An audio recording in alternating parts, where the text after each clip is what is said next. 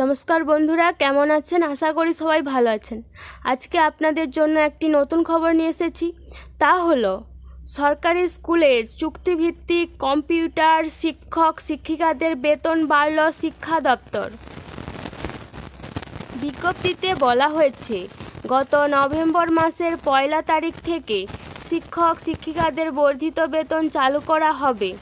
স্বাভাবিকভাবেই নতুন বছর শুরুর আগে খুশি রাজ্যের কয়েক হাজার চুক্তিভিত্তিক কম্পিউটার প্রশিক্ষক।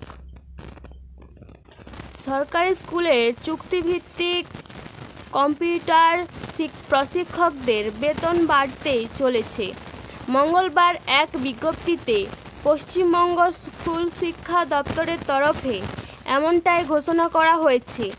বিজ্ঞপ্তিতে বলা হয়েছে, গত নভেম্বর মাসের 1 তারিখ থেকে শিক্ষক শিক্ষিকাদের বর্ধিত বেতন চালু করা হবে।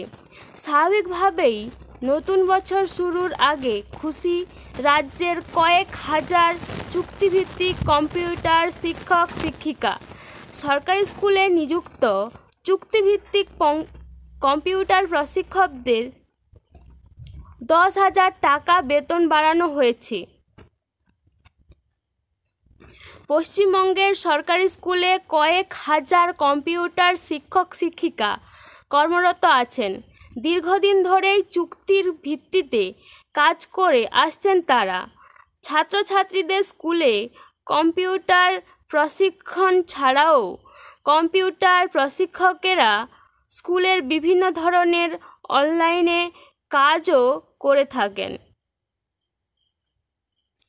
ছাত্রীদের জন্য চালু করা সরকারি প্রকল্প কন্যাশ্রী, শিক্ষাশ্রী, ঐক্যশ্রী, সবুজ সাথী সহ নানা প্রকল্পের অনলাইনে ফর্ম পূরণের মতো একাধিক কাজ করতে হয় ওই কম্পিউটার শিক্ষকদের। একই সঙ্গে করতে হয় স্কুলের ডিটিপি সংক্রান্ত কাজও।